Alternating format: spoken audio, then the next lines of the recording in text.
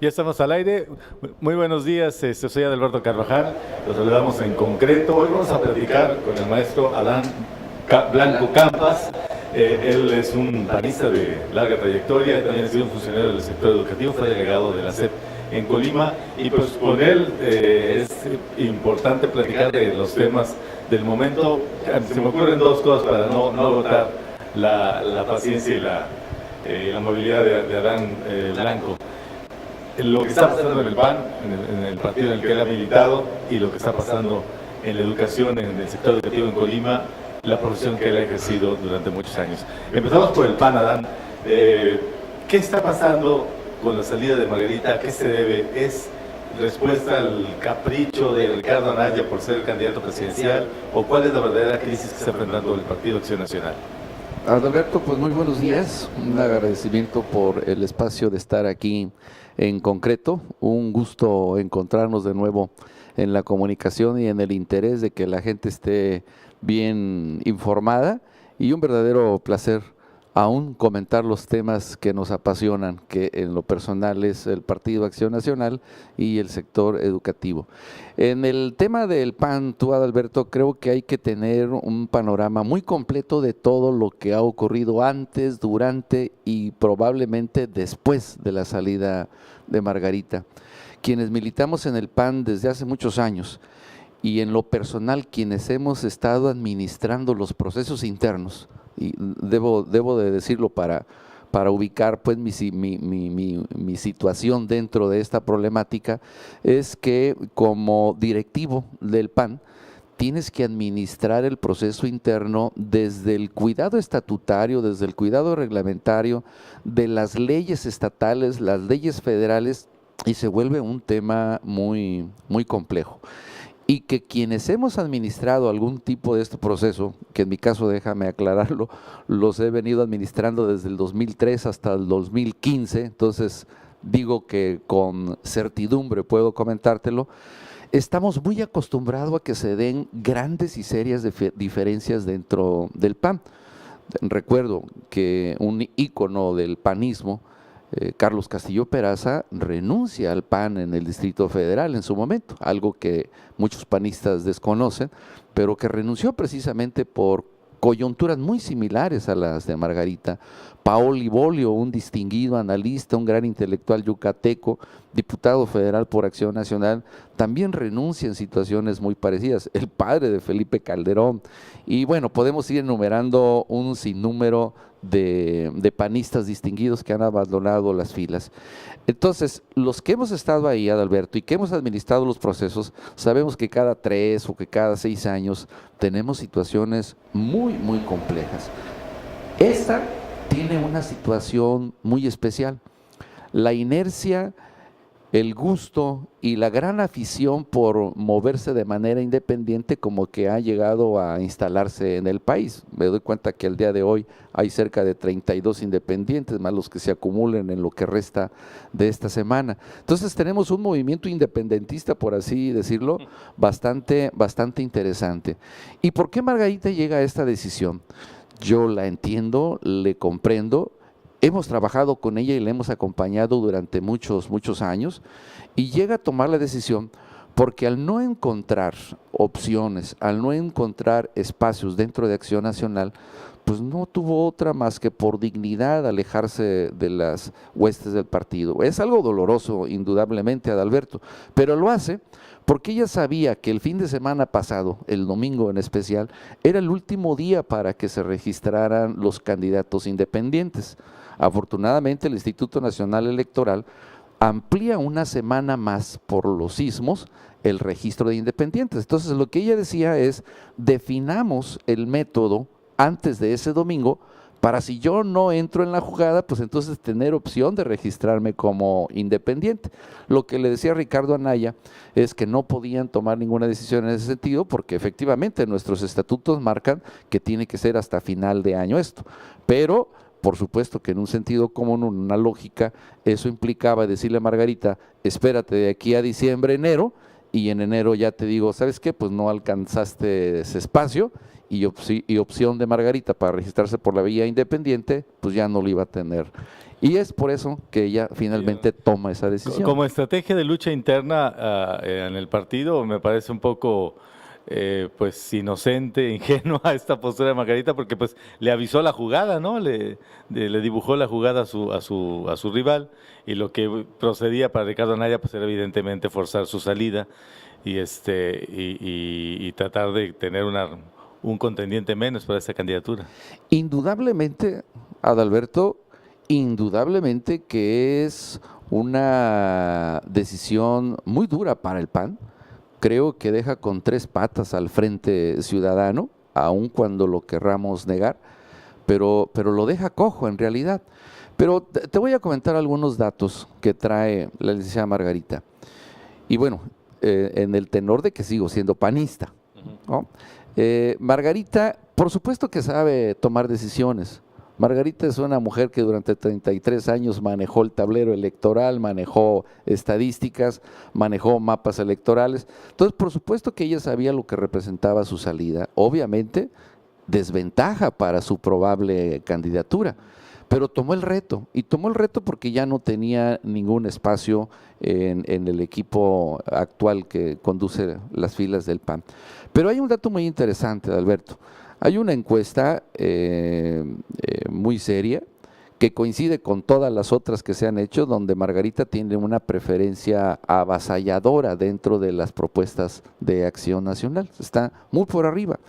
Esa encuesta dice que no había habido un fenómeno tal en alguien, en algún precandidato, como lo representó con Vicente Fox.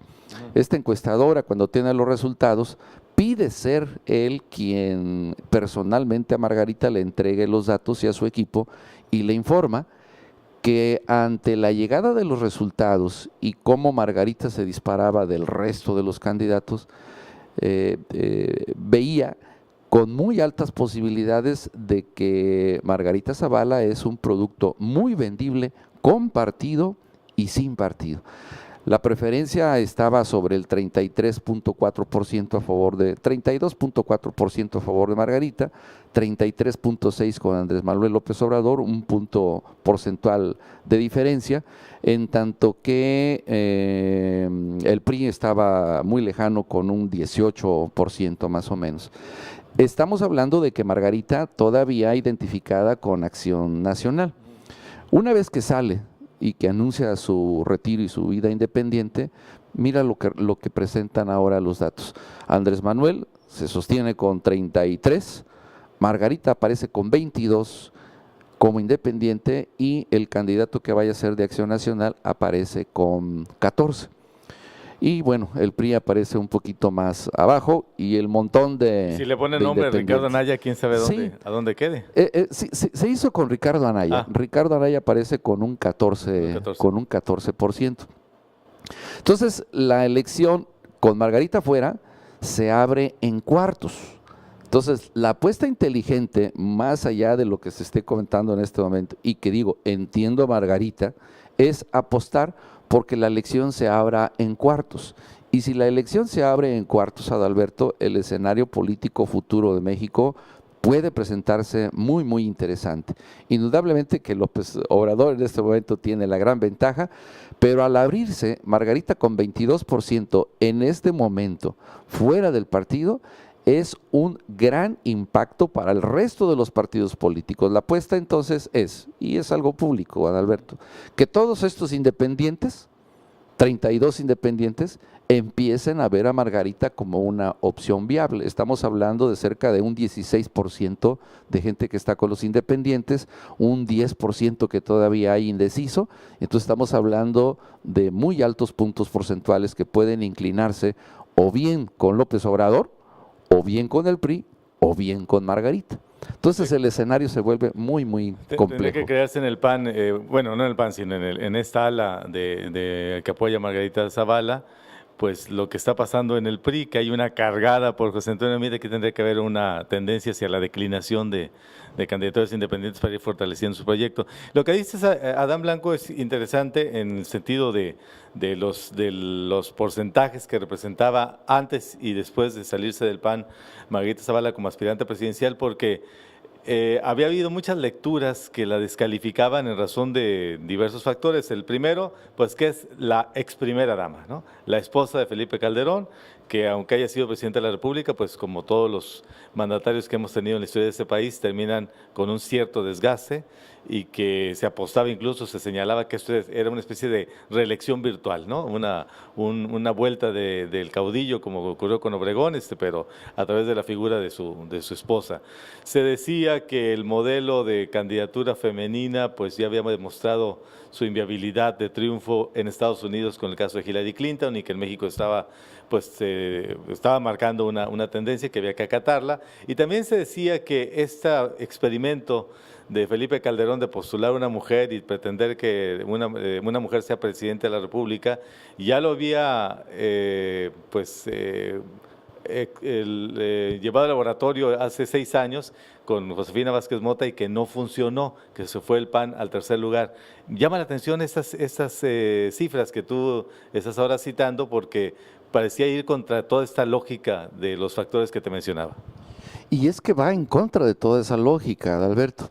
Eso es lo que se dice en el discurso, eso es lo que se dice para atacar las aspiraciones de Margarita Zavala. En la realidad, Adalberto, Margarita no tenía contemplado ser una aspirante presidencial. Hace 2 años todos sabemos que buscaba una curul en el Congreso Federal, buscaba ser la presidenta del Partido Acción Nacional, a donde también se le cerraron las puertas. En ella nunca estuvo la aspiración de llegar a la presidencia. En la medida en que se le van cerrando las puertas y que se mide en el país, pues ella se da cuenta que tiene muchas más preferencias que muchos otros panistas. Luego entonces es que redirecciona sus aspiraciones para buscar la presidencia. Mira, Alberto, en el PAN todos sabemos que Margarita brilla con luz propia. Incluso, déjame ponerlo así, por encima del expresidente Calderón. Sí, o sea, un poco en broma, ¿no? Por ahí un analista muy amigo. Lo mismo que se decía la señora Clinton, ¿no? Le dijo, que decían que era el verdadero cerebro de la pareja. Al presidente Calderón en una ocasión le dijeron, oye, los dos fueron mis alumnos, pero Margarita era mejor que tú, ¿verdad? Entonces, Margarita brilla por luz propia. Margarita es una extraordinaria analista político, tiene tablas suficientes para gobernar este país, tiene la experiencia, tiene la juventud, tiene el conocimiento, pero bueno, uno también entiende que es fácil blanco de las miradas misóginas, de las envidias y de los problemas interpartidistas o extrapartidistas, ¿no? Pero de que tiene luz propia, lo tiene. Es un carisma muy interesante el de Margarita Zavala, desconcertante diría yo, porque ciertamente es una señora con muy buena presencia, es una señora muy agradable, una estatura impresionante para ser mujer, guapa, que eso en la política está pesando, lo vimos con Peña Nieto, hacerse realidad, ¿no? De que finalmente la apariencia se impacta en una elección. Creo que es una mujer que revela sinceridad, que se muestra como una persona con nobleza, pero este dejo como de niña bien, como de las mujeres de Polanco, como que hace cortocircuito con muchos sectores de la población que están ejerciendo, digamos, manifestando una especie de clasismo a la inversa, ¿no? De los más pobres hacia los más ricos, un rechazo a esta posición de clase que no sé qué tanto bien le vaya a hacer a Margarita Zavala. Sí, Adalberto, indudablemente que ese puede ser un factor a vencer. Hablo bien de Porque Margarita. Josefina Vázquez Mota hizo todo lo posible por quitarse es correcto. Esta imagen, ¿no? Hasta cambió su modo de hablar, y todo el tiempo nos hablaba de su cultura, de que era un producto de la cultura del esfuerzo, y de que prácticamente hacía las pinturas ella sola, ahí en la fábrica que administraba su papá, qué sé yo. Con Margarita no pasa esto. Tengo la fortuna, Alberto, de conocer muy de cerca a la licenciada Josefina, y sé el reto que representó esta etapa en su vida. Pero también conozco a la licenciada Margarita y sé los grandes retos que tiene enfrente. Conozco también a Ricardo Anaya y sé el talante, y sé el carisma, y sé los retos que tienen por vencer. Mira, con la licenciada Margarita, soy testigo de cómo se le ha insistido mucho en los aspectos que tiene que fortalecer, sus áreas de oportunidad, sus debilidades, y que lo ha venido haciendo. Creo que un gran reto que tiene es identificarse mucho más con su género. El fenómeno Hillary Clinton nos lo demuestra, y que una vez que logre eso, creo que el impacto en estas áreas que acabas tú de mencionar va a ser muy, muy importante. No es una chica bien, en el sentido de que viene de familias de abolengo, no, es una clase media, sus padres son maestros, es una clase media bien, pero se ha desempeñado Adalberto en lugares donde, pues por supuesto que amerita tener una cordura, una presencia, un discurso, una educación acorde, ¿no? El hecho de haber sido ex primera dama, el de ser maestra de donde es maestra, pues por supuesto que le representa un porte y una necesaria presencia como está. Y yo tengo el gusto de comentarte que se le ha dicho, oiga, pues es que su discurso, pues así ya está, es que usted tiene que cambiar, y vemos que pues seguramente que le debe de costar trabajo, ¿no? Pero que poco a poco ahí lo vamos haciendo. El discurso ya ahora es de mucho más impacto cuando adormilaba. Sí. Y que, bueno, ahí va venciendo los retos. Va a tener que agarrar de coach a Xóchitl Gálvez, ¿no? Para que le dé algunas lecciones ahí de, yo creo que de malas palabras. Sí, yo creo que Xóchitl va a ser un buen sparring. ya está integrada al equipo de Margarita. Tanto la gente que apoya a Margarita como la gente que apoya a Ricardo Anaya se han acusado mutuamente de que ambos representan el proyecto Esquirol, por llamarlo de alguna manera, de Acción Nacional. Es decir, que Acción Nacional con la gente de Margarita dice que con Ricardo Anaya, la gente de Ricardo Anaya dice que con Margarita, que la derecha o el panismo, con o sin partido, pues estaría haciéndole el trabajo sucio al PRI para permitir que el PRI se reelija en la presidencia o mantenga la presidencia de la República. Se han hecho estas mutuas acusaciones, analizaríamos las razones de en cuál caso sí es cierto o si los dos son falsedades, pero si nos permites, Adán Blanco, hacer una pausa y regresamos en concreto.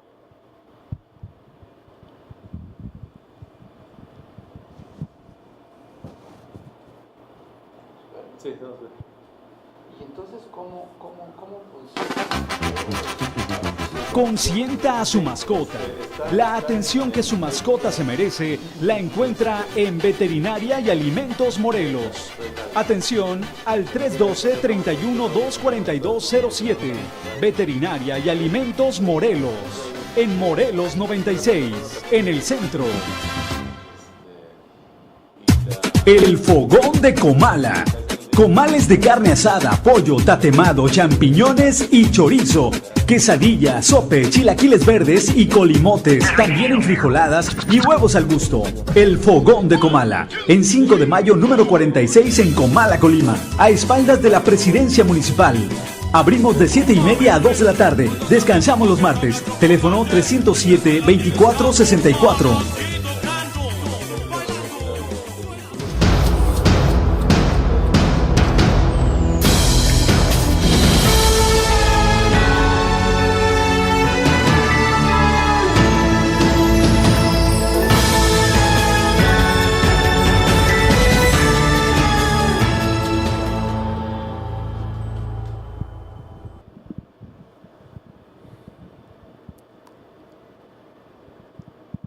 Bien, ya regresamos en concreto esta revista social y política. Soy Adalberto Carvajal y nos acompaña el maestro Adán Blanco Campos. Siempre bueno, trata de cambiar el nombre. Aquí el orden de los factores, Alberto. Adán Blanco, el y con quien, que es un panista de larga trayectoria, ya nos dijo él que tiene mucha experiencia, tuvo mucha experiencia en la parte de los procesos internos del PAN. Y eventualmente fue delegado de la SEP en Colima. También es importante que conozcamos su opinión sobre lo que está pasando en el sector educativo en la entidad a raíz de la renuncia del secretario Óscar Javier Hernández. Pero vamos a seguir platicando un ratito de lo que está ocurriendo en Acción Nacional. Decíamos antes de ir al corte que tanto el grupo que apoya o de alguna manera se solidariza con Ricardo Anaya como el grupo que simpatiza con Margarita Zavala o las corrientes del PAN que simpatizan con ella, pues han acusado al otro grupo de ser esquiroles al servicio del gobierno priista, de estarle haciendo el trabajo sucio en concreto a una eventual candidatura de José Antonio Meade. ¿Tiene algo de razón estos señalamientos o son pues argumentos para descalificativos nada más? Mira, Alberto, en principio diría que Acción Nacional nace como una opción ciudadana para gobernar el país, donde el ciudadano puede venir, puede respaldar candidaturas o puede ser candidato. Y una de las cosas que estatutariamente están establecidas, doctrinariamente se nos dice, aprendemos y que debemos de llevar a la práctica, es que a este país lo peor que le puede pasar es que los políticos digan mentiras, los que vayan a administrar las instituciones públicas digan falsedades, y que en el caso del panismo estamos obligados a tener una opinión de calidad, a ser muy objetivos en lo que comentamos, observar la realidad, analizarla, pero venir y comentar y opinar con toda la objetividad, con toda la verdad y calidad de opinión que un panista, y más en estas coyunturas, debería de tener. Entonces, en ese sentido, todos los panistas estamos obligados a ello, Adalberto, y que bien valdría la pena empezar a desmenuzar quién está mintiendo. Seguramente al calor de las cosas, al interés del futuro, algunos empiezan a exagerar posiciones y es cuando el panismo se convierte en PRD, se convierte en PRI, se convierte en todo menos en lo que debería de ser. Yo eso identifico dentro de algunos integrantes de Acción Nacional. El discurso más rentable para ofender, para agredir, para desacreditar a un panista, es decirle priista, ¿no? Porque el priismo es el más odiado. Entonces yo etiqueto a alguien de priista y con eso ya lo estoy minimizando en mucho. En la realidad, tú, Adalberto, hay que decir que tanto la figura de Ricardo Anaya, que me merece todo el respeto y que, insisto, conozco muy bien en situaciones complicadas, pues fue funcionario público y que se tenía que negociar, en el buen sentido de la palabra, negociar, mientras que fue subsecretario de Turismo, mientras que trabajó en Presidencia de la República y cuando fue presidente de la mesa directiva del Congreso Federal. Es una posición para eso. Entonces, por supuesto que tenía que llegar a acuerdos con los representantes de todos los partidos. Ese era su trabajo y lo hizo muy bien. A la vista de hoy, quienes quieren etiquetar a Ricardo con que llegaba a negociaciones con Meade principalmente, porque era secretario de Hacienda y porque tenía una alta responsabilidad en ese entonces, a los ojos de quien hoy quiere desacreditar a Ricardo, pues es que tenía negociaciones con el PRI desde hace muy buen rato, ¿no? Algo que ha sido muy difícil de digerir dentro del panismo es que se firmó el Pacto por México. El Pacto por México, visto desde adentro del PAN, representó la pérdida de identidad de lo que Felipe Calderón había hecho durante su sexenio. Entonces el calderonismo no perdona esa firma del pacto porque, digamos, se reconocían las deficiencias del sexenio de Calderón y se aceptaba que había habido errores y que se cambiara la directriz, sobre todo en seguridad y en educación, Adalberto. Es importante destacarlo. Entonces, a la vista del panismo, Pacto por México representa como la entrega del PAN al PRI durante este sexenio de Peña Nieto.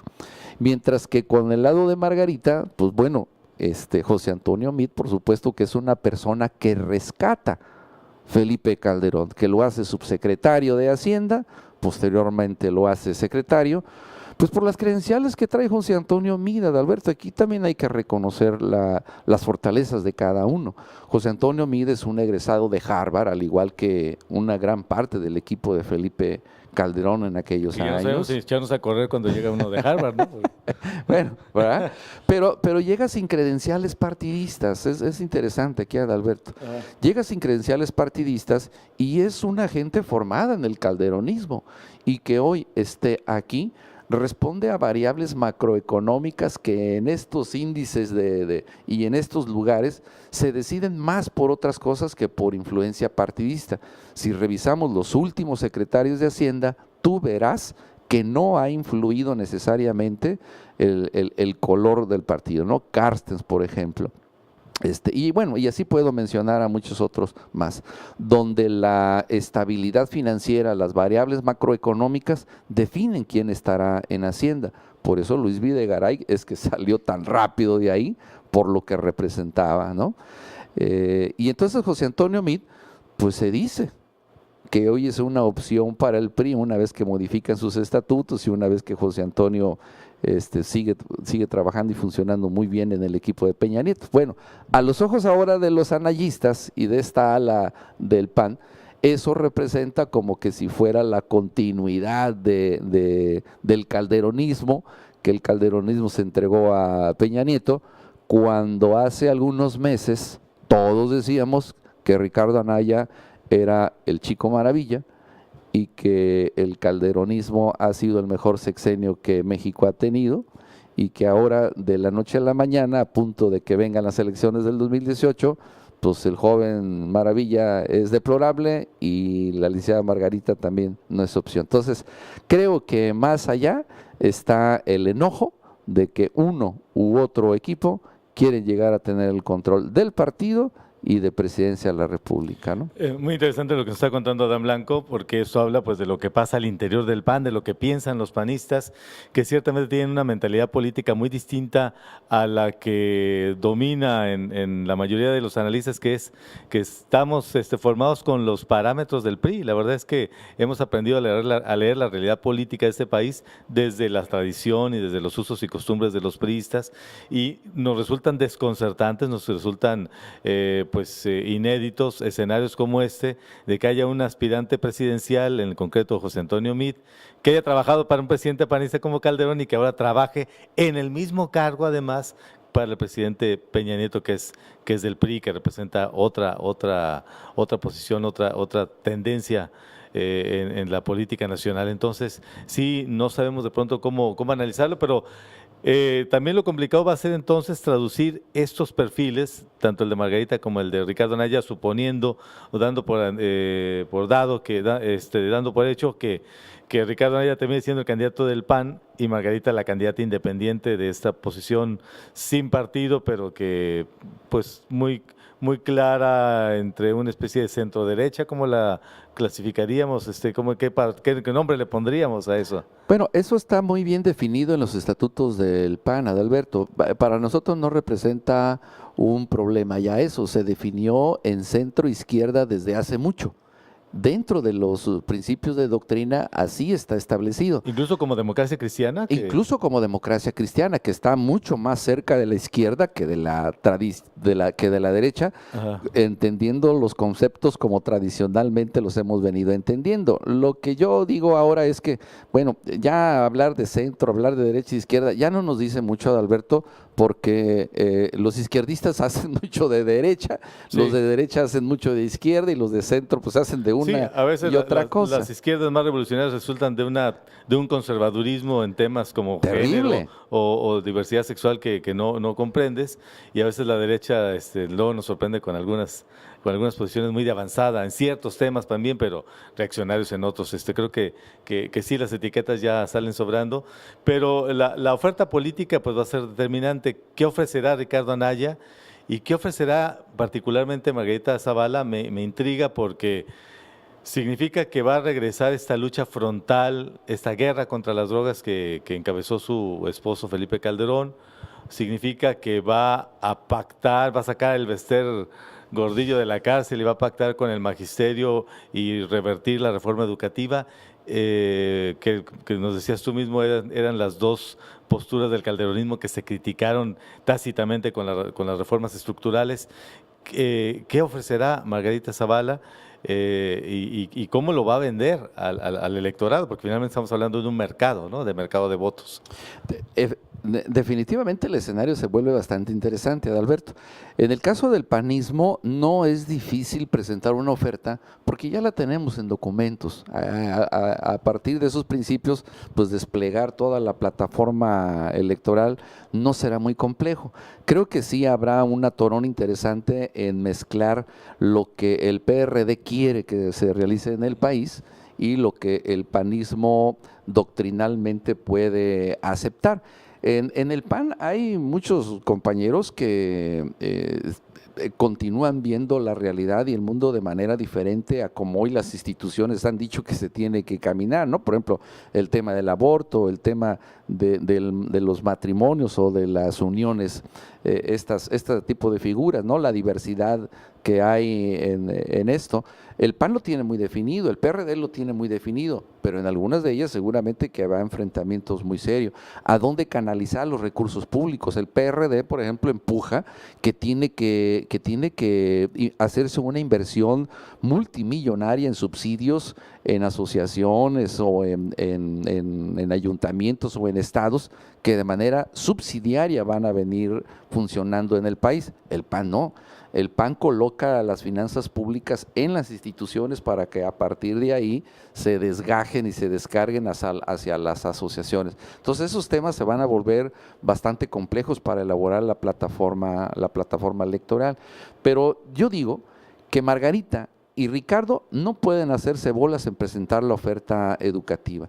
Una, porque están en los estatutos y en nuestros principios. Y la otra, Adalberto, que es la que me parece más práctica, más real, es que los diagnósticos en el país están hechos. En realidad, si se trata de diagnósticos, no hay mucho que enseñarle a México. El tema es que todos nos pongamos de acuerdo y que todos vayamos en la misma línea que los diagnósticos ya nos señalan. Por ejemplo, indudablemente que el diagnóstico nos dice que el tema de seguridad lo tenemos mal. Y se sabe cómo fortalecerlo. Un ejemplo es Tijuana, ¿no? Por citar algo.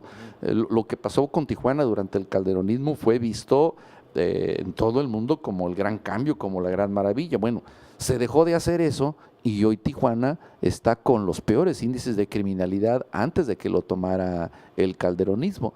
O sea, el diagnóstico y el remedio lo tenemos muy claro, Adalberto. Creo que en ese sentido no puede hacerse bolas ni Ricardo Anaya con el PAN, ni Margarita Zavala con su oferta educativa, siempre y cuando hagamos caso a los diagnósticos. En el tema educativo es igual, se sabe muy bien en dónde están las fallas, se sabe muy bien en qué hay que fortalecer, pero el gran problema es que luego hay cambios de gobierno, hay debilidades para ejercer las acciones adecuadas y pues terminan por enturbiarse las cosas, ¿no? Y que en este caso, Alberto, pues el que la haga la pague, pues yo no le veo problema ahí, que el que sea corrupto está en la cárcel, pero el que sea honesto, el que sea profesional, que haga muy bien su trabajo, pues tiene que estar donde debe de estar, ¿no? Bueno, eso es lo que está pasando en el Partido de Acción Nacional a nivel nacional. ¿Cómo se va a traducir esta ruptura, esta fractura en concreto en Colima? ¿Qué se anticipa? ¿Se van a radicalizar las posiciones que ya están? Ahorita hay posiciones muy encontradas lo vimos con la disputa por la dirigencia estatal, le darán ventaja a una corriente por sobre otra. ¿Cómo veremos aterrizar esta problemática nacional en el panismo de Colima? Bueno, déjame decirte que en el caso de Margarita Zavala no tiene mucha presencia dentro del panismo. Se han fracturado los equipos prácticamente en dos, con Moreno Valle y con Ricardo Anaya. Margarita Zavala sí tiene algunos seguidores, pero son mínimos. Pero déjame decirte, hay una encuesta donde posiciona a Margarita Zavala entre la ciudadanía como la panista, como la presidenciable más rentable en el Estado. Entonces la fortaleza que tiene Margarita aquí es el ciudadano, es la vía independiente, no tanto dentro del panismo, que efectivamente no tiene muchos seguidores. Donde está la gran disputa es entre el equipo de Moreno Valle y el equipo de Ricardo Anaya. Bueno, y este actor Moreno Valle, lo estábamos olvidando, no la tiene tan segura Ricardo Anaya, o sea, se deshizo de Margarita, pero todavía tiene que enfrentar esta locomotora de Moreno Valle. Bueno, y creo que es una piedra mucho más grande que Margarita Zavala dentro del panismo, Adalberto. Margarita Zavala, pues desde hace muchos meses demostró que no tenía un gran poder dentro de la estructura panista, cosa que sí la tiene Moreno Valle, y que Moreno Valle ya en estos últimos días le ha exigido a Ricardo Anaya que sea una consulta abierta. Y déjame decirte lo importante de esto. Todos en el PAN sabemos, estamos acostumbrados, el estatuto lo dice, que las decisiones las toma el partido, o la toman los órganos del partido, o la toman los militantes.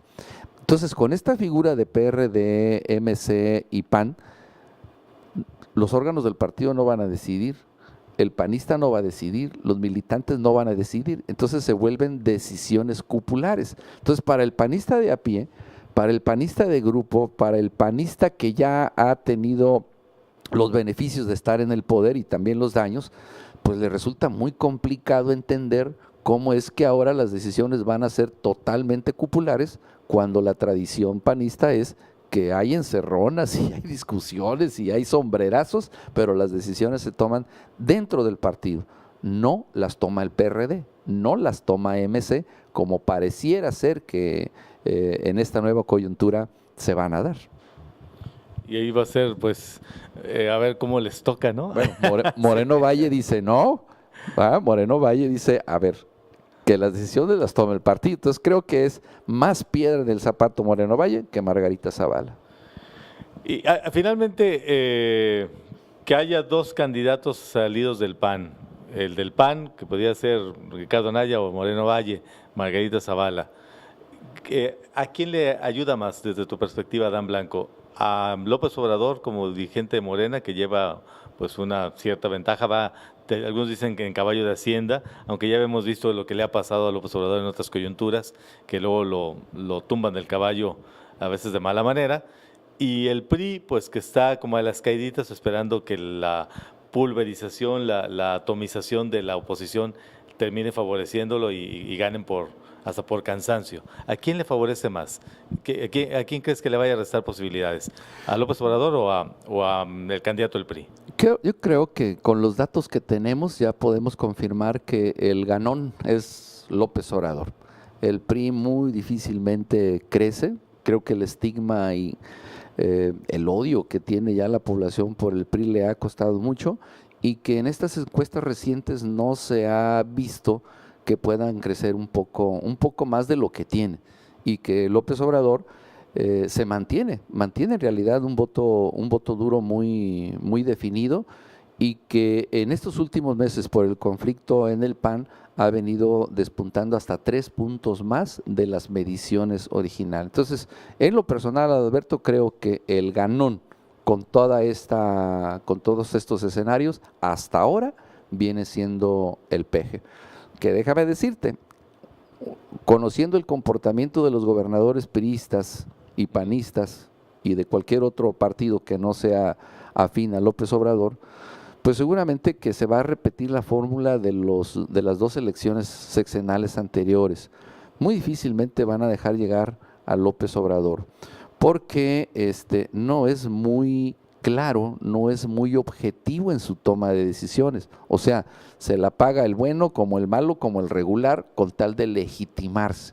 Entonces, en ese sentido, los gobernadores priistas nunca van a permitir que llegue un López Obrador a la presidencia que tome decisiones intransigentes. Y como tenemos acostumbrados a los gobernadores priistas que se despachan con la cuchara grande, pues por supuesto que van a direccionar su voto por una mejor opción para el país. Pues yo no sé a qué le tienen miedo, porque el que los está metiendo a la cárcel es el de su partido, pero bueno, eso es otra cosa. Vamos a hacer una pausa en concreto. Estamos platicando con Adán Blanco sobre lo que está ocurriendo en el Partido de Acción Nacional, donde él ha militado desde hace mucho tiempo. Y de regreso, pues platicaremos sobre lo que está pasando con la educación en Colima, con los maestros en Colima, que también es la profesión que Adán Blanco ha tenido también desde hace mucho tiempo. Regresamos.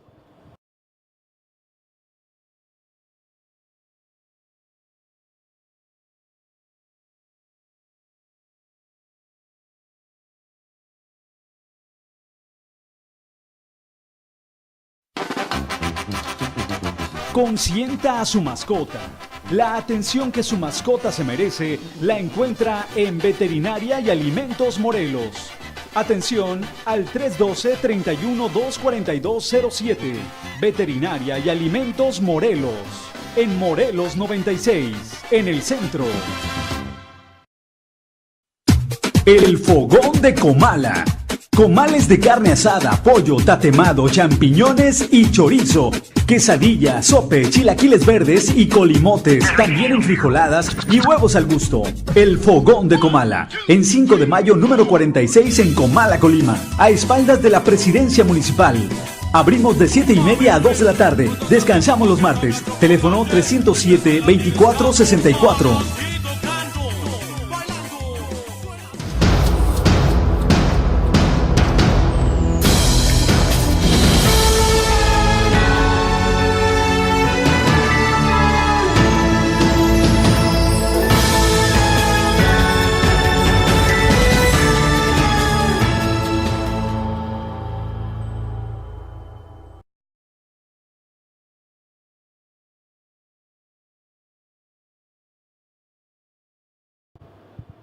Bien, ya regresamos en concreto. Soy Adalberto Carvajal. Estamos platicando con el maestro Adán Blanco Campos.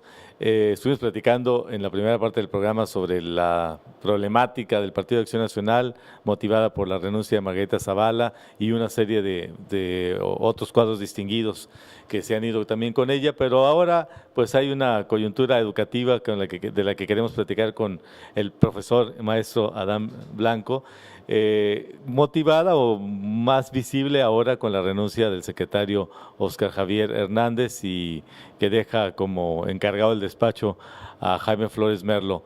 ¿Ganó el sindicato en esta disputa con la autoridad educativa en Colima, Adán Blanco? Sí ganó, por supuesto que ganó. Creo que el gobierno de Ignacio Peralta Sánchez fue doblegado finalmente después de un mes de haberse sostenido firme, y que la ciudadanía veía con muy buenos ojos esta actitud del gobierno del estado, pero que finalmente pues la negociación seguramente dominó, y creo que a final de cuentas el ganón viene siendo el sindicato hasta este momento, ¿no? Así lo veo. Aunque hay algunos que piensan que le salió barato al gobernador Ignacio Peralta porque el problema se arreglaba con dinero o con la renuncia del secretario, que fue una alternativa que planteó el propio sindicato, la propia CENTE, y pues les dio la cabeza del secretario y supongo que no les va a dar dinero. Bueno, era la condición número uno, ¿no? La renuncia del titular, del secretario. Yo no entiendo por qué se pedía como número uno eso, porque la realidad es otra, ¿no? El problema está en otro lado. Pero por eso digo que salió ganón, tú, Adalberto, porque una vez que tú aceptas y das la cabeza de tu titular, entonces lo demás pues prácticamente se va a venir en cascada.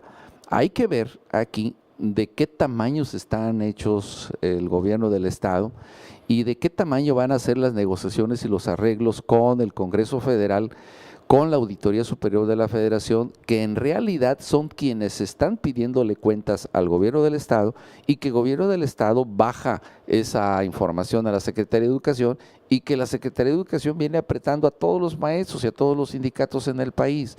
En realidad es un problema nacional y no tanto local, pero habrá que ver entonces aquí de qué tamaño está hecho el gobierno del estado para poder aceptar las grandes exigencias que tiene el CENTE, o para dar marcha atrás de mucho de lo que durante estos últimos años se ha caminado en el tema educativo, ¿no? Que es lo que está de fondo, todo, Alberto. Porque el tamaño que se ha medido hasta ahora es el de la caja registradora, el de la tesorería. Tengo entendido que pues todos estos recursos que se necesitaban para mantener las condiciones laborales de los maestros previo a la reforma educativa, pues de alguna manera lo subvencionaba el gobierno del estado de sus propios recursos para no quedar mal con el gobierno federal pidiéndole dinero que no se los iba a dar, pero al mismo tiempo no quedar mal con la base trabajadora, y había estado subsidiando eso. Cortan ese subsidio y viene pues la revolución.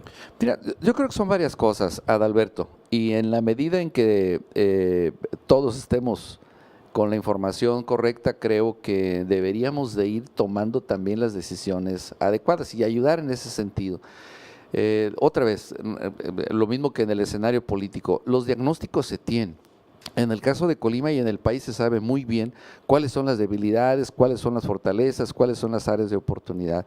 Y voy a señalar 2 que 3 cosas que, a pesar de que puede molestar al magisterio, puede molestar a la clase gobernante, es lo que se tiene, Alberto. Es como cuando tú estás enfermo y vas al doctor y que te dice, oiga, su enfermedad es esta y esta es la medicina que lo cura.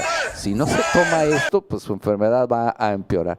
Y parte de los diagnósticos que se tienen en la educación es que estamos mal.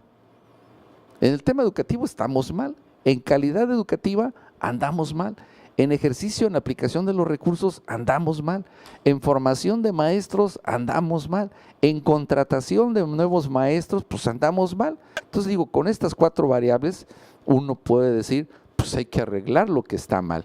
Y esto no es nuevo, Adalberto, esto durante muchos años se ha venido haciendo y se han venido consensuando con el CENTE, con los gobernadores, con el Congreso Federal, las medidas chicas o medianas o grandes que se pueden ir dando en cada uno de estos temas.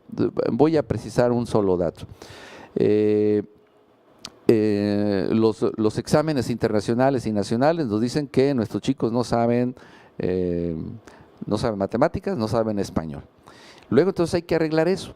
Y el diagnóstico dice que hay serias deficiencias pedagógicas para poder transmitir los conocimientos a los chicos. Pues entonces hay que contratar a los mejores maestros. Pero no se van a poder contratar a los mejores maestros si la tradición decía que el 50% de los nuevos trabajadores los traía el patrón y el 50% los ponía el sindicato, indistintamente de quién era. Incluso, y bueno, hay que decirlo, incluso había quienes no eran docentes y de la noche a la mañana aparecían frente a grupo. Ejerciendo un derecho no escrito de sangre, ¿no? Si tú quieres, mi mamá era maestra, me hereda la plaza. Por ejemplo, pero más bien la cercanía con el funcionario o con el sindicalista en turno. Digamos que a lo mejor por intuición o a lo mejor por transfusión sanguínea, el hijo o el primo traía afición pedagógica, pero la verdad es que no siempre ocurría así. La gran queja que se tenía hace años es que era imposible accesar a una plaza si no eras familiar, si no eras amigo o si no llenabas los requisitos que X comprabas la plaza. ¿Verdad? Ese tipo. Luego denuncias en otros estados, ¿no? Entonces, eso está identificado y entonces muchísimas mesas había, Adalberto, donde se decía, a ver, este es el problema, ¿cómo lo arreglamos? Y el arreglo que se llegó consensuado es que, bueno, vamos aplicando un examen y que los que estén punteros sean los que ganen las plazas. Eso era el inicio de lo que fue la reforma educativa, la ley del servicio profesional docente. 2008 fue la primera vez que se aplicó este nuevo método con la intención de sanear lo que a todas luces y a todas pruebas era evidente.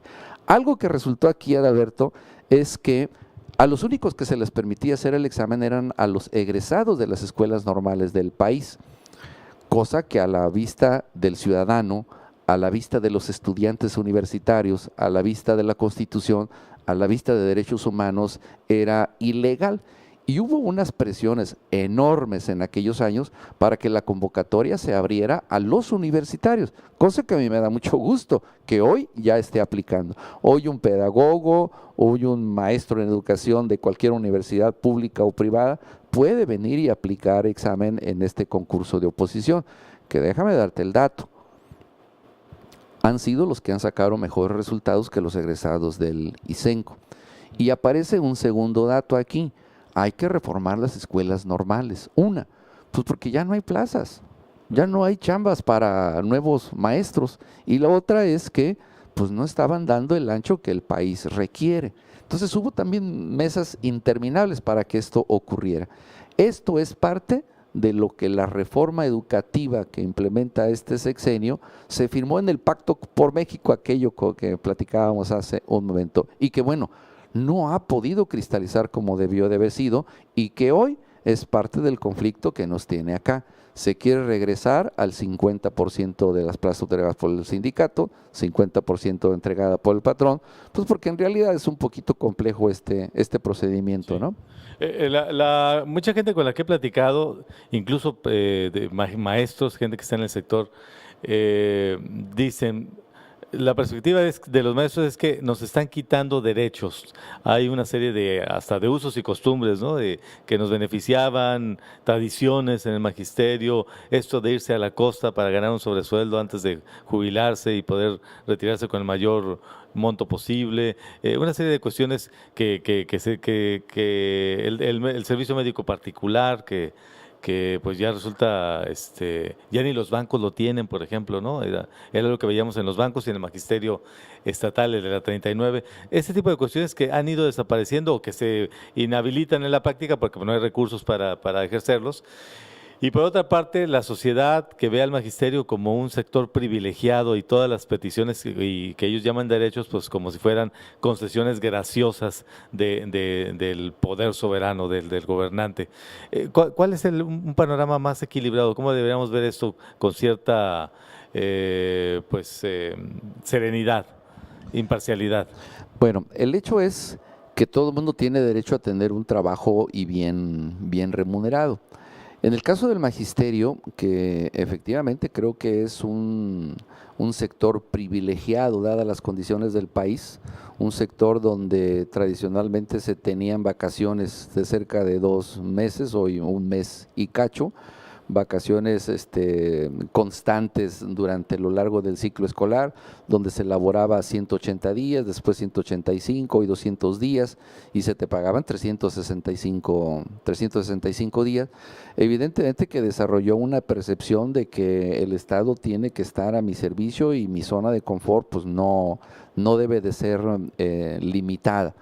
También es cierto, y hay que decirlo, Adalberto, que al maestro se le paga por horas de servicio y que ese horario pues no puede estar por encima de la ley, a pesar de que haya usos y costumbres muy arraigadas. Es decir, si yo trabajo hora, semana, mes y me estás pagando mi quincena, pues entonces ese sueldo yo lo reporto a Hacienda, Hacienda hace el descuento respectivo, presupuesto anualmente tu sueldo, etcétera, etcétera, ¿no? Pero en el caso de aquellos maestros que tenían doble plaza y que se iban a un sobresueldo del 100%, pues por supuesto que salía del tope que Hacienda designaba, del techo presupuestal que se tenía para un profesor.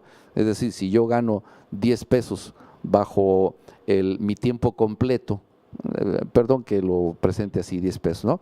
Pero si yo gano 10 pesos con mi tiempo completo, Hacienda me lo va a presupuestar para el próximo año con todas mis prestaciones y demás, pero no dejan de ser 10 pesos. Entonces, no tiene mucho sentido fiscalmente que de la noche a la mañana yo en vez de ganar 10 pesos esté ganando 15.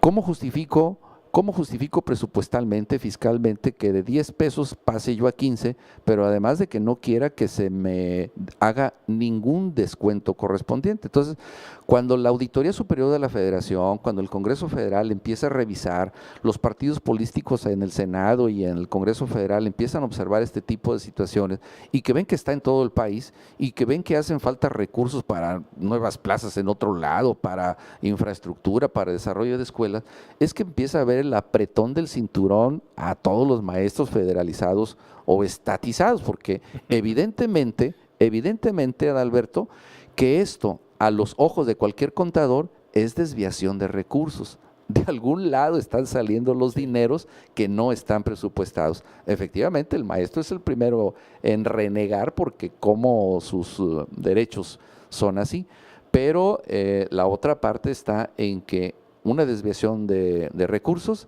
se interpreta como corrupción. En este país eso es interpretado así.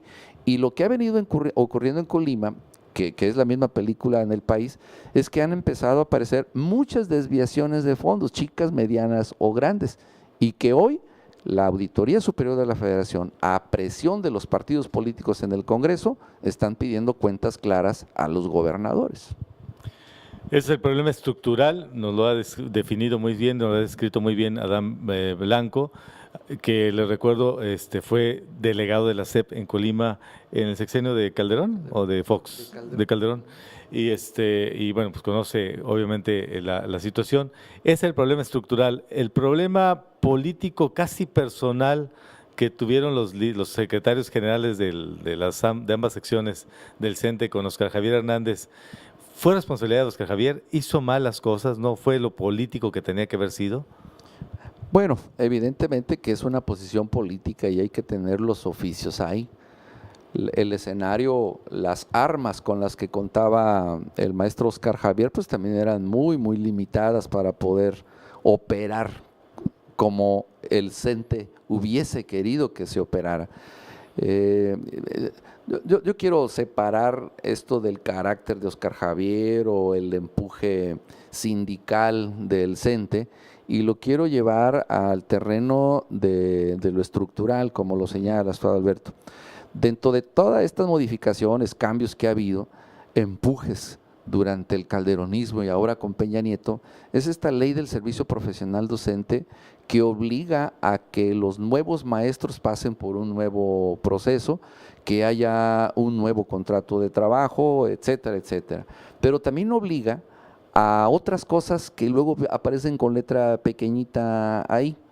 Obliga, por ejemplo, a que todo aquel comisionado dentro de las filas del Sindicato Nacional de Trabajadores de Educación deje de cobrar su sueldo, ingrese una licencia sin goce de sueldo y que entonces los sueldos van a ser pagados por el mismo CENTE, pues con todas estas cuotas que les cobra el magisterio y que son muy, muy, muy abultadas. Hay recursos suficientes para que ello ocurra. Entonces, la ley de servicio profesional docente obliga a que todo a quien esté dentro de la comisionado, dentro del CENTE, meta una solicitud sin goce de sueldo y que entonces empiece a ser pagado por los mismos recursos del sindicato. Bueno, no ocurrió así. Los maestros seguían percibiendo su salario íntegro como si estuviesen frente a grupo, más las compensaciones que por estar dentro del CENTE se perciben. Y entonces cuando vienen las auditorías empujada, insisto otra vez, por los partidos políticos, Pacto por México, el interés de que se hagan bien las cosas dentro de la Secretaría de Educación Pública, aparece que hay una desobediencia al servicio profesional docente. Y en específico estamos hablando de que en Colima son muchos millones de pesos que se cobraron como sueldos indebidos y que a la luz de la Auditoría Superior de la Federación, del auditor, en especial Roberto, él dijo, a ver, aquí hay desviación de recursos, es corrupción y se tienen que reintegrar esos recursos, pero a valor presente. O sea, lo que hace la auditoría es decirle al gobierno del estado, tú eres el responsable de ejercer ese dinero, regrésamelo porque voy contra ti. Entonces el gobernador le da la instrucción a su secretario de Educación y el secretario de Educación pues les pone a peso las cosas a los responsables y es cuando empiezan a generarse algún tipo de conflictos. Junto a esto, pues ahí en 2014, 2015, el Estado tiene la obligación de estar descontando, es un acuerdo, de estar descontando a cada maestro la cuota sindical que debe de andar sobre los 70 pesos seguramente por quincena a cada trabajador y al hacer el descuento los deposita en una cuenta a nombre del Sindicato Nacional de Trabajadores de la Educación central y ya el sindicato lo riega a cada una de sus secciones sindicales pensando en la membresía que tiene cada uno, ¿no? Bueno, me parece ser que estas cuotas no fueron depositadas, entonces pues es razón suficiente también para protestar, ¿no? Todo eso representa, porque, bueno, tú hablabas de los comisionados que se iban al sindicato y que debían haber pedido una licencia de negocio de sueldo, que el sindicato hiciera cargo de su sueldo, de pagarles, de devengar, de pagar lo que devengaban. Pero había muchos comisionados que no hacían trabajo para el CENTE, que estaban comisionados en partidos políticos, en otras actividades, en la propia administración pública.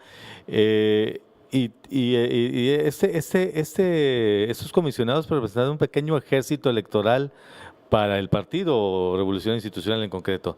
Lo que estamos viendo ahora es una tensión muy fuerte entre el CENTE y su brazo político electoral, que es el Partido Nueva Alianza, y ¿qué repercusiones irá a tener en las elecciones del 2018? Pues mira, Tú, Adalberto, te voy a dar un dato. Se sabe perfectamente de todos los comisionados. A los ojos de la Secretaría de Educación Pública se conoce perfectamente cuántos hay. Por ejemplo, había un acuerdo de que fueran 100 hace algunos años. Bueno, había 350 comisionados en el estado de Colima, con nombre y apellido se sabe quiénes eran. Y que bueno, eso por supuesto era un quebranto financiero porque de algún lado tenían que salir los recursos.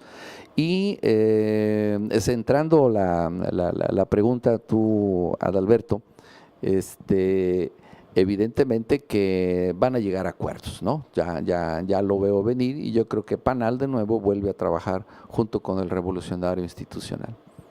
O sea que la lumbre no llegará, digo, la sangre no llegará al río. Como yo creo que llegaron a los aparejos para ambos y ya se arreglaron. Finalmente se tendrán que arreglar. Pues le agradecemos mucho al maestro Adán Blanco Campos su presencia en concreto. Creo que ha sido muy ilustrativo sus puntos de vista sobre los dos fenómenos que analizamos, el problema interno del PAN y la cuestión sindical, magisterial en Colima. Le agradecemos mucho estas aportaciones. No, Adalberto, un gusto en verdad en estar aquí contigo en concreto y pues muchas gracias a todo tu teleauditorio y estamos a tus órdenes, ¿no? Lo que siempre yo he dicho es que en política se puede decir de todo menos mentiras.